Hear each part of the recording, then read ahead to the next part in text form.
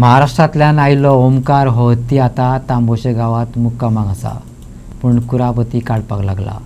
केळी, मळे हेर पिकांची नासाडी चलयल्या। हत्ती म्हटल्यार हुंदीर वा कोळिंदर न्हू धांवडून घालपाक। एके वटेन उपजिल्लोधिकाऱ्यान तंबी दिल्या, ताचे वाटेक वचों नाकात। दुसरे वटेन हत्ती मळे शेतां माडयेत सुटला।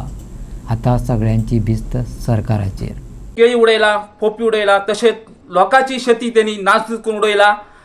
रवी गवंडी तसोच पांडुरंग आसोलकर हेची त्यांनी शेती नासधूस करून उडयला।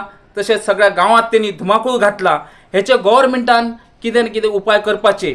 आयज जो government, forest department, police department हे वावरतात, आमकां खबर आहा, दिसान दीस बावडे रात दीस ते वावरतात, प्रयत्न करतात, पण तो तांकां आयकना।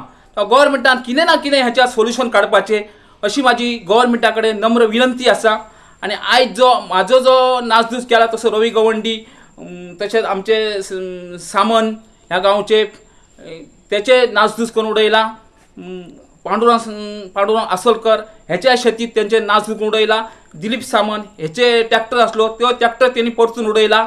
आयज तो पळय हो येवन असो जर नासधूस करपाक लागला तर आमी कितें पिकोवपाचें, कितें खावपाचें आनी आमी कितें करपाचें? हे गव्हर्नमेंटान मातशें हेच्यार कितें तरी सोल्युशन काडपाचें आनी आमकां हेचें कितें तरी उत्तर दिवपाचें। ह्या हत्तीक जसो महाराष्ट्रासून येयला, दोंगारपालसून आसो किंवा दोडामार्गचे आसो, खंय आसो तो थंयच्यान ताका धांवडपाचो अशें हांव गव्हर्नमेंटा कडेन एक मागणी करता।